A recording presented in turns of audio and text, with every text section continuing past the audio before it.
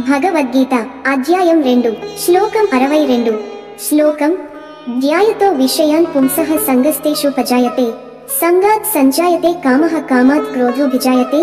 ఈ శ్లోకం మనిషి పతన పథాన్ని ఎంతో స్పష్టంగా వివరిస్తుంది.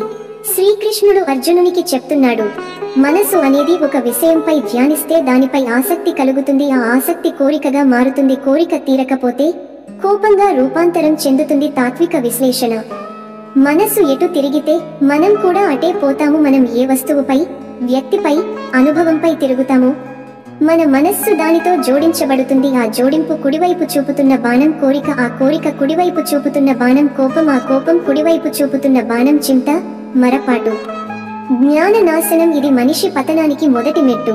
ఉపదేశ సందేశం: భౌతిక విషయాలపై మర్యాదగా ధ్యానించడంలో తప్పులేదు, కానీ అటు మనస్సు పూర్తిగా లిప్తమవుతుంటే అది ముక్తికి కాదు, బంధానికి దారి తీస్తుంది. ఈ శ్లోకము మనకు జాగ్రత్తగా ఉండమని హెచ్చరిస్తుంది. ధ్యానం జాగ్రత్తగా చేయాలి. మనస్సును ఎటు కేంద్రీకరించాలో ఎంచుకోవాలి. ఉదాహరణ: ఒక వ్యక్తి ధనాన్ని ధ్యానిస్తుంటాడు, తరువాత అది కావాలనే కోరిక, అది రాకపోతే కోపం.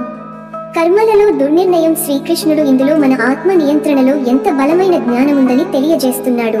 ఆధ్యాత్మిక దృష్టికోణం: మనిషి శాంతిని కోల్పోయే ఆరంభ స్థానం ఇదే దృష్టి. కుడివైపు చూపుతున్న బాణం మమకారం, కుడివైపు చూపుతున్న బాణం ఆశ, కుడివైపు చూపుతున్న బాణం ఆత్మవంచన. ఈ శ్లోకం మనకు హెచ్చరికే కాదు, ఒక మేల్కొలుపు కూడా. శ్లోకం 62 ద్వారా మనం తెలుసుకోవలసింది: మనసు ఎటు తిరుగుతుందో మన జీవితం అటే పోతుంది. కాబట్టి ధ్యానించేది ఏమిటో జాగ్రత్తగా చూసుకోవాలి. తదుపరి శ్లోకంలో క్రోధం తర్వాత ఏం జరుగుతుంది?